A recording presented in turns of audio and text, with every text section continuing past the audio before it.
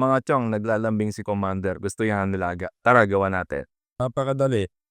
Ngatin ang baboy. Patatas, sibuyas, mix. Tapos lagyan ng tubig.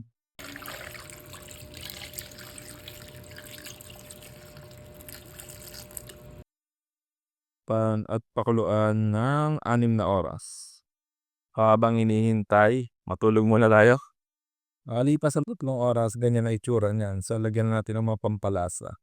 More cubes, asin, paminta, luin ng konti, tas pechay bagyo. Tapan niya lang at maghintay ulit ng 3 oras. So, tignan natin kung papasa kay Commander yung aking niluto. So, yan. Taste test.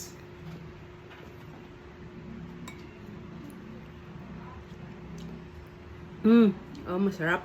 Clear yung broth. Tapos, lasa-lasa yung pork.